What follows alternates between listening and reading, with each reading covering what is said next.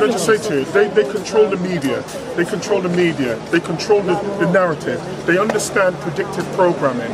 I'm saying they know how to control. They know how to control the masses. If you speak to any, if you ask even the basic question to anybody about politics, they will give you the narrative that they have heard because it doesn't require them to think independently. So, for example, I heard people who I thought better of saying that, Jeremy Corbyn's a communist and what he wants us to do, he wants us to turn to Venezuela.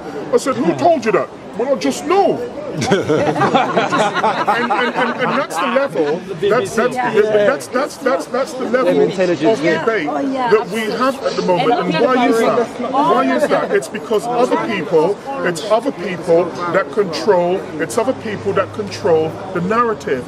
The media, the mainstream media, they do not act in and of themselves. They have people who control them. That's one of the reasons that practically 95% of all media outlets are controlled by 6 corporations. Well, what happens if we dig behind those corporations and understand that they have a narrative that they deliberately want to get out?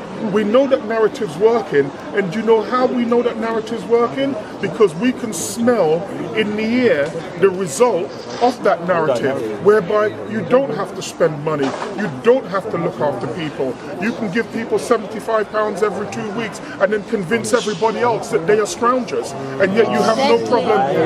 You have no problem. You know have no problem in giving concessions to corporations that have great deals of money. You have no problem in leaving open tax loopholes where governments are where corporations are so clever. Amazon, Apple, Google, or Starbucks, all of them. But where is the boycott of these companies? There is none. And do you know the reason why? Because what you were speaking earlier on is right, is right, but who controls the narrative? There is a different narrative that needs to be spoken about. These people are not as powerful as you think they are. They've created an illusion. And we now believe absolutely in the narrative, in the illusion that they've given us. Do you remember there was a particular screenshot at one time? Do you remember, was it 40 Towers? Yes. Oh yeah. And do you remember Manuel said, follow me. Yes. Follow me. And everybody was following him. And he was just follow me. Yeah. And then he was walking forever. Yeah. He was walking behind him. He said, come on, follow me. And they're still following. And then when he got to where he was going, the guy said, what's here? And Manuel turned around and said, F you. Do you understand? It's an illusion. It sounds funny, but it's an illusion, and that's how they control. Sometimes they mock us by actually showing us what they're doing to us. You understand? They can I just say, they don't care about us. They don't care about us. And you know what? Why should they care about us? If we are stupid enough to allow this narrative to permeate our intelligence, if we're stupid enough to take on this narrative as absolute gospel, why then are we surprised when a Theresa May doesn't believe that she should come down and face the people who brought her into power? Do you know the reason why? It's because of arrogance. It's because of indifference. It's because they see us as unpeople. And that's the reason they don't have any respect. The last point that I would make is this. Isn't it funny? Yeah? Isn't it funny? What was the narrative being recently in this country? The narrative is, if you see a man with a beard, if you see a woman with a hijab, be terrified of them. Hold a minute. But why? Because there are people with hijabs and niqab and jalabiyah that you should be terrified of. And you say, why exactly is that?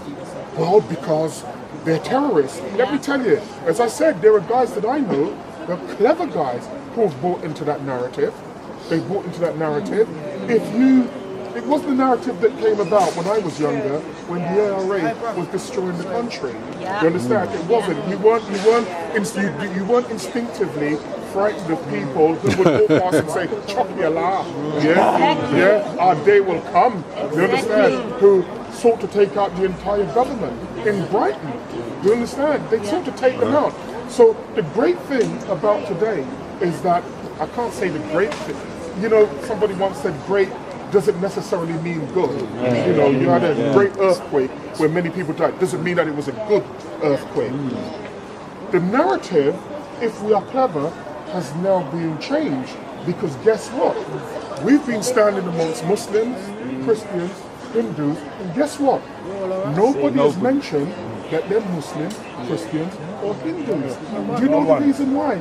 Because we really are one. But the narrative that is being pushed on us is that we are separate, we are separate, and we should be enemies. Today, that has been destroyed. So when we were speaking about a march, I didn't hear anybody say, well, I'm not going on the march because I'm Hindu. I'm not going on the march because I'm black. I'm not going on the march because I'm Christian. They're saying, no, what has actually occurred? You have seen a government which is indifferent to all of us. They don't care about your religion. They don't care about your ethnicity. They're indifferent to you. And do you know why they're indifferent to you? Because you do not control them. You do not control their financial system. They take orders from that financial system that is indifferent to you. Why on earth? Why on earth do you feel that they preach morality to you? But it's easy for them to sell arms to certain countries that carpet bomb people who disagree with, insert the name of the regime, you understand? They disagree. We have to be very, very careful about the narrative which is being given to us, because it's a form of predictive programming. You understand? It's a form of predictive programming.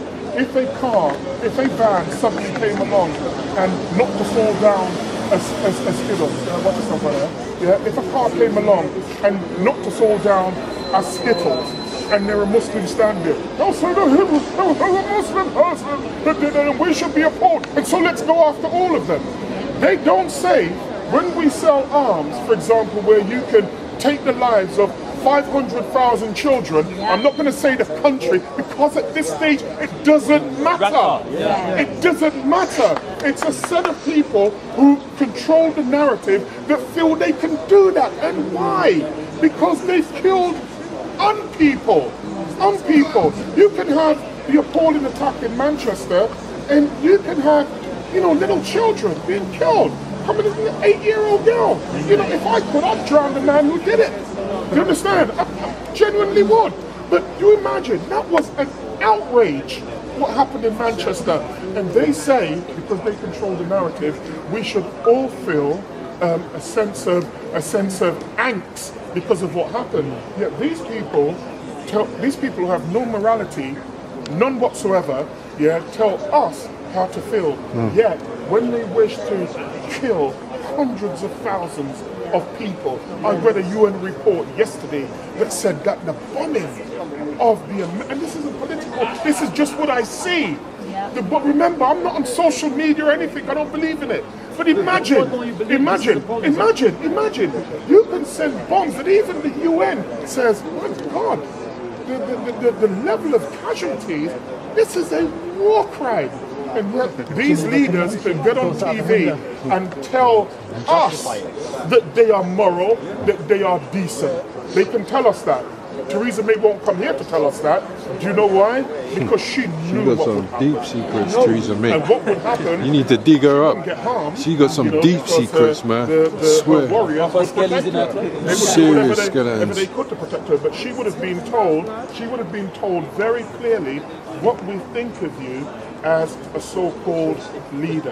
And you know what? We don't think very much. But you know those who control her don't actually care. Theresa May is the fig leaf. Theresa May is the fig leaf for corporations that really control this society. But do you know what? Fig leaf or not, rip it off and let's expose her for who she is. Rip it off.